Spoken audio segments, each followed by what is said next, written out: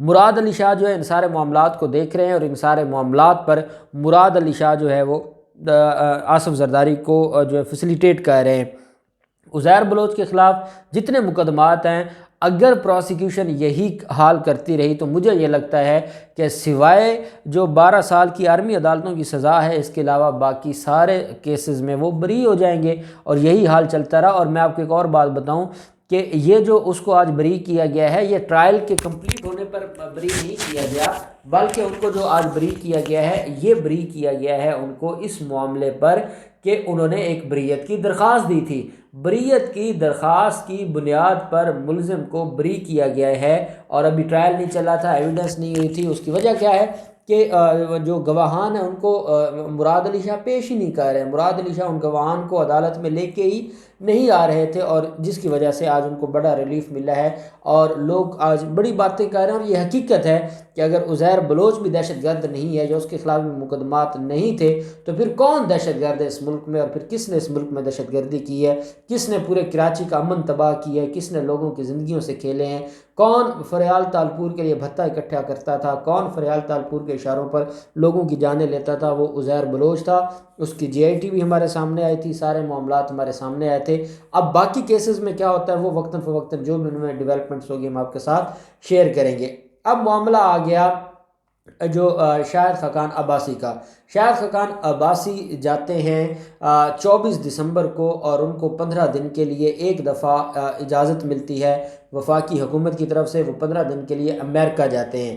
امریکہ جاتے ہوئے وہ ایک بات کر کے جاتے ہیں کہ جب ان سے سوال میڈیا کرتا ہے کہ کیا آپ لنڈن بھی جائیں گے، انہوں نے کہا تھا میں لنڈن میں نے کیا کرنا ہے، میرا لنڈن میں کوئی کام نہیں ہے، میں جا رہا ہوں، میں نے اجازت لی ہے، بڑی مشکل سے مجھے حکومت نے اجازت دی ہے، اور حکومت نے اس لیے اجازت دی ہے کہ میری بہن اور بہنوئی کرونا کی وجہ سے بیمار ہیں امریکہ میں ان کی عیادت کے لیے جا رہا ہوں، اور میرا کوئی اور کام نہیں ہے۔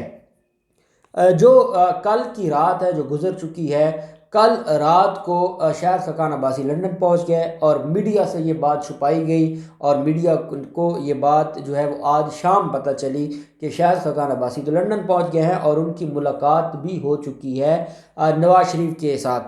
اب جو لنڈن جاتا ہے وہ پھر پاکستان کے قانون سے بالکل باہر چلا جاتا ہے، وہ اپنے آپ کو مافوق الفطرت ایک مخلوق سمجھنے لگ جاتا ہے، وہ اپنے آپ کو قانون سے ماوراء کو مخلوق سمجھنے لگ جاتا ہے، اور پہلے بھی جو لنڈن میں گیا ہے اس کا واپس آنا بڑا مشکل ہے۔ اور شاہد خاقان عباسی کے خلاف تو مقدمات ایسے ہیں کہ وہ جو ہے واپس آنا ان کا جو ہے وہ ہو سکتا ہے کہ وہ واپس نہ آئیں۔ لیکن اب کچھ جو ہے جو سارے معاملات کو جانتے ہیں، جو سیاست کی آپس میں جو جوڑ توڑ ہے اس کو جانتے ہیں، وہ لوگ یہ کہہ رہے ہیں کہ شاہد خاقان عباسی دو آراء پائی جا رہی ہیں۔ شاہد خاقان عباسی یا شہباز شریف کا کوئی پیغام لے کر گئے ہیں نواز شریف کے پاس، جو پیغام وہ فون پر نہیں دے سکتے تھے، وہ پیغام لے کر گئے ہیں، اور وہ چاہے مفاہمت کا پیغام ہے، چاہے وہ کہیں نہ کہیں جو محمد علی دورانی آیا تھا اور جو معاملات ان کے آپس میں تھے، کہیں کوئی معاملہ سیٹل ہو رہا ہے۔ لوگ کہہ رہے ہیں جو کچھ تجزیہ نگار،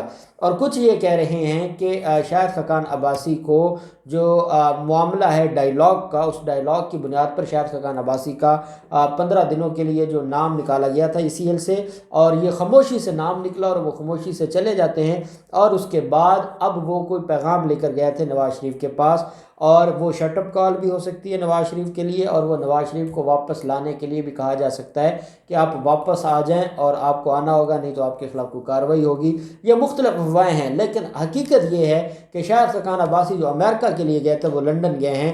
لنڈن گئے ہیں چاہے وہ کسی کا پیغام لے کر گئے ہیں یا نواز شریف سے کوئی پارٹی کے معاملات کو ڈسکس کرنے گئے ہیں، جو بھی وجہ ہے، لیکن شاہد خاقان عباسی نے جھوٹ بولا ہے پوری قوم کے ساتھ۔ اس نے یہ کہا تھا کہ وہ امریکہ کے علاوہ کہیں نہیں جائیں گے، اور جب وہ اتنا بڑا جھوٹ بول چکے ہیں تو اس کے بعد انہوں نے جو یہ کہا تھا کہ وہ واپس آ جائیں گے، کیا کہیں یہ بھی جھوٹ ثابت نہ ہو، اور پہلے جو لنڈن میں اتنے اشتہاری ہیں کسی اشتہاری کا اضافہ نہ ہو جائے۔ اب دیکھتے ہیں آنے والے دنوں میں کیا ڈیولپمنٹ ہوتی ہے، جو بھی ڈیولپمنٹ ہوگی ہم آپ کے ساتھ شیئر کرتے رہیں گے۔ ایک آخر پر میں آپ کو بات جو ہے وہ ضرور شیئر کرنا چاہوں گا کہ جو آج معاملہ ہوا ہے مریم نواز کا اور بلاول زرداری جو گئے ہیں ثانیہ مچ کے جو وہاں پر وہ لوگ ہیں مظلوم ہیں جو دھرنا دے کر بیٹھے ہیں، ان کے حوالے سے جو حکومت کی طرف سے چیزیں سامنے آئی ہیں، اور وہ جو متعلقہ علاقہ ہے اس کے آئی جی جو ہیں، ڈی پی او ہیں، اس کے ڈی سی ہیں، اس کو بھی ہٹا دیا گیا ہے، اور باقی معاملات کو بھی سیٹل کرنے کے لیے حکومت کوشش کر رہی ہے۔ تو ہم امید کرتے ہیں انشاءاللہ یہ مذاکرات کامیاب ہوں گے، اور وہ مظلوم جو دھرنا دے کر بیٹھے ہیں وہ ان شہیدوں کو دفنائیں گے، اور یہ معاملہ جو ہے وہ اختتام کی طرف جائے گا۔ اب ان سارے معاملات میں جو بھی ڈیولپمنٹ ہوگی ہم آپ کے ساتھ شیئر کرتے رہیں گے۔ اللہ پاک پاکستان کا حامی و ناصر ہو۔ بہت شکریہ۔ اللہ حافظ۔ پاکستان زندہ باد۔